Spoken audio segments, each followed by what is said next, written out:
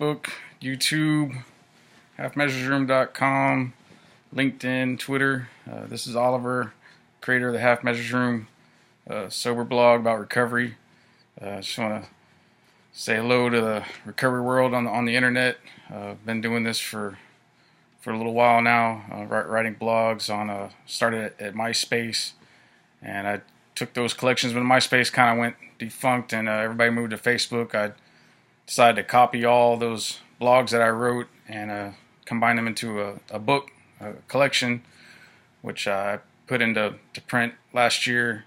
And I have the link to get that book on the halfmeasuresroom.com website. Once I moved to Facebook, it was a lot harder for me to blog and write notes. It was a little bit different than using the MySpace platform. Had these bulletin boards where you could notify people what's going on, and it was a lot more conversational there. People could comment, and we could have discussions about the blogs I was writing. It was almost like having a meeting online, which was really neat. So when I moved to Facebook, I also got involved in some online radio with this guy Joseph, who does the rumradio.org website. He still does that today, and we did these online radio programs that were kind of like meetings. If you're at home and could not make it to the group, were sick or whatever, you could log online using Skype and call in and be part of the show, which is really cool. But I've collected those writings from the notes that I collected on Facebook while I was on the radio and combined those into a book as well. And that's what I've been doing the past several months, is putting that all together on Bookemon and create space to make these collections of books. It's not something I'm looking to make money off of. It's just I've always been into the writing. It's always been a big hobby and inspiration of mine is to write things. You know, my dad once told me a while back when I was in high school that I should always keep what I write and write about things that I've done, have experience with. So I kind of moved out of fiction and started doing blogging about sobriety. It was a big part of my life, a big reason why I'm at where I am today, and get a lot out of working the 12 steps and reading their literature. And there's times, you know, when you have these meetings after the meeting or meeting before the meeting, or you have what they're called burning desires. You don't get a chance to speak. There's so many people at the group that spoke up and shared, and you didn't get a chance to say anything. And that's one of the reasons why I blogged, was to talk about stuff that I didn't get a chance to speak to someone about or to share in the group. So you know, collecting all this stuff into a book is just something that I want to do. I wanted to keep it alive and pass it on for anybody that wants to use it as a devotional or to use for topics of discussion, or if you're just bored and want something to read and you're into sobriety. That's what these books are really for. I went to two different publishers. I really like Bookemon. That I'll show you. They make these hardcover editions. I really like. They're really good quality. They just cost a little bit more, so that's why I went with Create Space. A friend of mine in the program writes poetry, spiritual poetry, and he's the one that told me about this. Create Space was the way he's put his poetry book into print. And Kenny's a really good guy. Plays music. He was on one of my radio shows, as a matter of fact. If you go to the blogtalkradio.com and look up Half Measures Room, you'll find a Top Hat Kenny show. And I think I've even put a link up on the halfmeasuresroom.com website. If you go scroll down through the blogs, there should be an image of Top Hat Kenny. And if you click on that photo, it'll take you to the radio show that I had with him. And he played some music and talked about his experience with sobriety and recovery. But they have a little bit cheaper of a book, and it's a soft cover edition. And I don't know, it's like a little under $10. You can buy this. It's pretty good quality. I just really like the hardcover edition. That's why I've sticked with the Bookemon. I really like that. You know, when I do these vlogs, I've always tried to do them somewhere different. Outside is where I really like to go. It's just been really cold past few days. I don't know where you're at in the country or in the world, but in Texas, it's been in the 20s at night and high 30s during the day for the past few days, and now I haven't been well. I left work early Friday. I wasn't feeling very good, so I just been kind of hanging out here at the house with the wife and our new cat, which I'm surprised isn't coming over here. He really likes watching me on the computer, so if you see him run up here, that's what that's all about. He likes looking at the screen. So I thought I'd do it in front of the fireplace. You can see I've got the three legacy symbol up here, wooden. A friend of mine who's not with us anymore, who passed away sober. He did graduate, but he used to make these wooden three legacy frames, and he offered me one. I really like it. My wife actually varnished it and polished it, made it look really nice. So I thought I'd do this in front of the fireplace, have that up there. Anyway, I really don't know where else I was gonna go with this. I had some issue making this book. At first, I did DOC documents using the Word program. I really like Word. I love MS Office Suite is a really good program, and that's what I was using. I was uploading that to Bookemon and CreateSpace to make my book to get it published, but it just wasn't working out right, especially with Bookemon. The font, it wasn't approving of the font, and it was changing it to something I didn't like, so I had to go back and reformat it.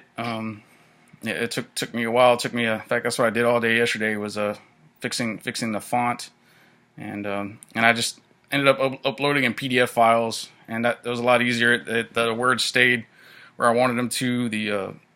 The paragraphs and the pages ended where I wanted them, and everything was stuck together instead of these blocks of margin in some areas. So I got them all good now, and after you get done watching this video, at the bottom you'll see there will be a couple links there for getting the book. Anyway, I got probably about 10 minutes left. I think I'll just go ahead and read something out here, kind of give you an idea of what's in the book. I really like this one more than the first one I made.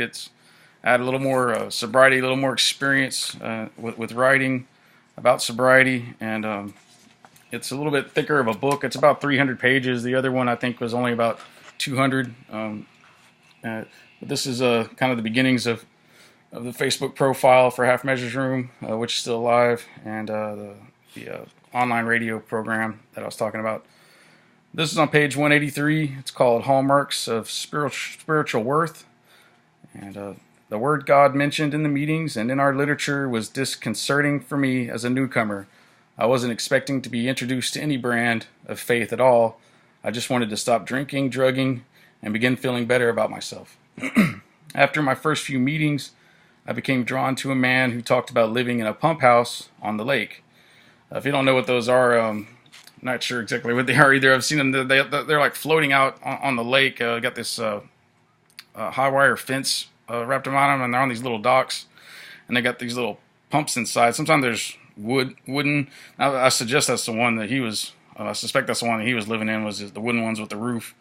But I really don't know what the water is pumped for. I don't know if it's pumping water into people's houses, or I'm not sure exactly what they are. But I know what he was talking about. I just don't know exactly what they're for.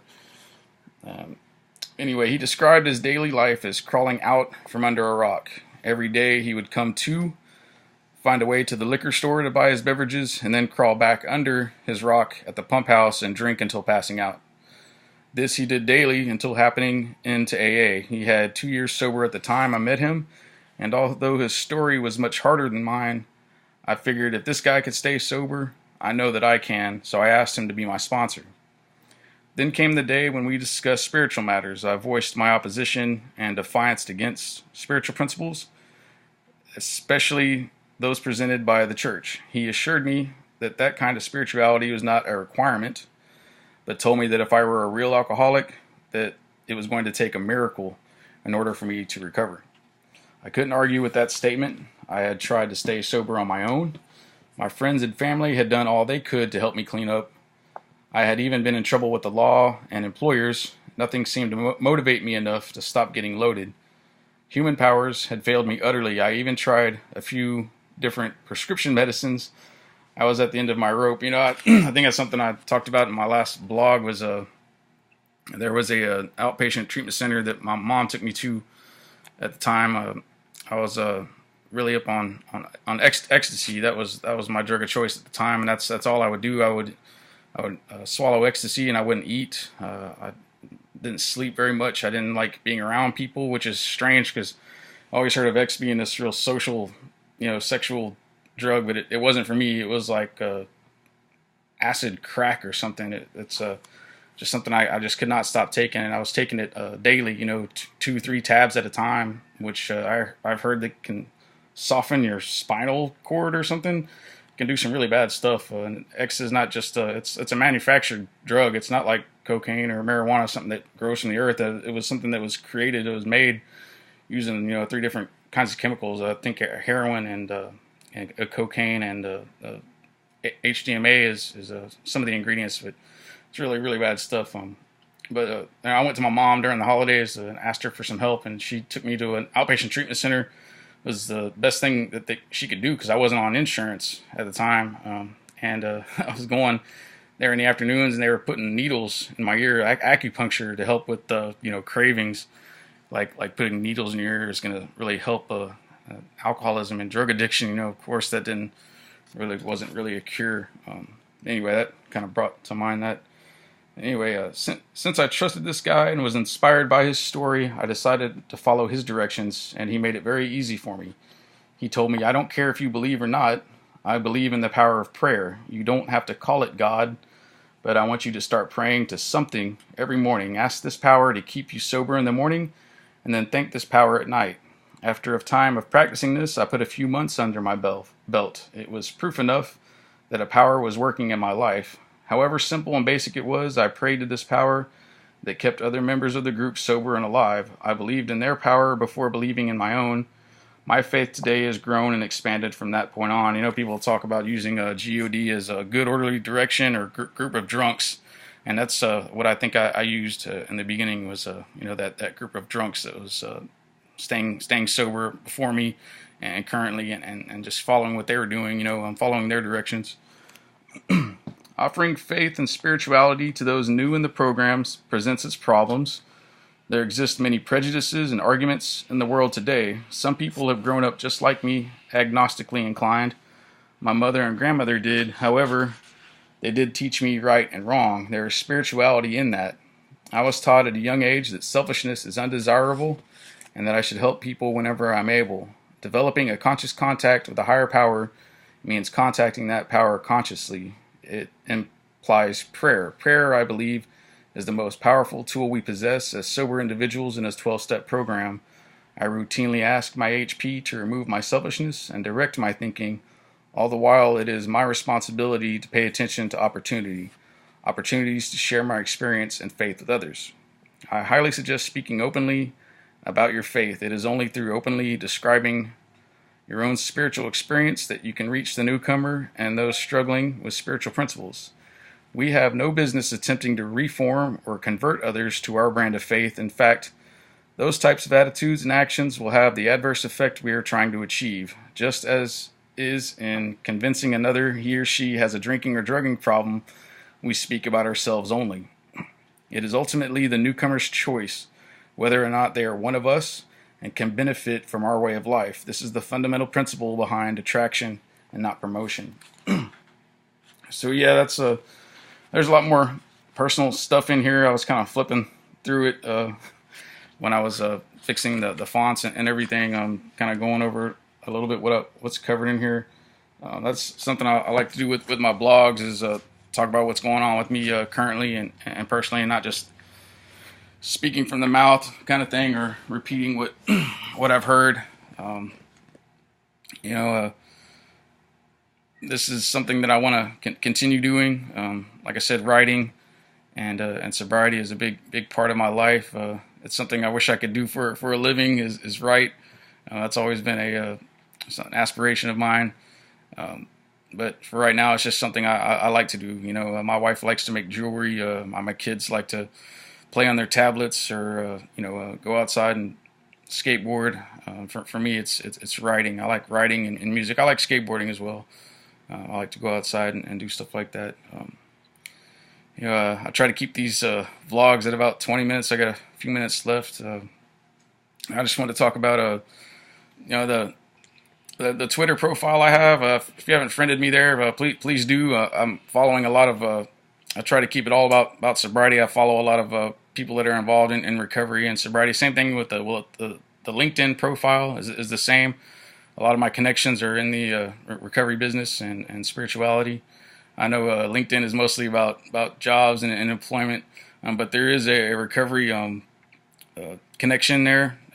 I see a lot of that going on, which is really cool. Facebook really isn't such a big thing for me for Half Measures Room anymore. It's a lot of junk going on being thrown around there. It's a lot different than it was when I first started the blogging. I think something I've talked about in that last blog that I wrote. The internet really isn't the best place for getting and keeping and staying sober. For me, this is just a way for like an outreach. If you're really having issues with drugs and alcohol, I would suggest going to your nearest 12-step group, whether it's AA or NA or CA or MA, or if you're an overeater, they have an Overeaters Anonymous. They have a lot of different 12-step programs out there. They've got ones for the church. What's that one called? I don't know. There's one that's in the church. It's a 12-step program, but it's a little more Christian based. But that's what I would suggest you do. This is really more of a way for me to stay in contact with people and what's going on. The Twitter place is pretty cool. I see a lot of neat people. I just friended somebody following me from Huffington Post. He talks about recovery. There's people on the radio, on the FM and AM that I follow that talk about recovery and addiction. See the Betty Ford Clinic is one of them. I'm friends with on Twitter. And sometimes there's discussions. I see these recovery groups. They'll go into discussions and they'll post a question, and then people can tweet on it and comment and with answers. And I've had the opportunity to do that, and it's something that's kind of live. That goes on for a period of time. So when you friend one of these people, keep an eye out for those notifications. But in the meantime, I've got a copy, a hard copy of this, and this softcover edition, and they've been changed. Like I said, the font wasn't exactly where I wanted it to be, so I've gone and changed that. And when I get those new copies in, I'll do another vlog and show you what it looks like and read another piece from the book. But in the meantime, if this is something that you're interested in and you're not really looking into buying something, I've got this hard cover and this soft cover that have been changed, but everything's still the same. The wording's still the same. But if you'd like a copy, please just email me at halfmeasuresroom@yahoo.com, and we can talk about it. I'm gonna change my website up. The Oliver@halfmeasuresroom.com email is not so good. I've had some issues with WordPress for some reason. A lot of spammers, and it's all like porn stuff. Women wanting to get married that live in other countries, and hey, look at my sexy photos.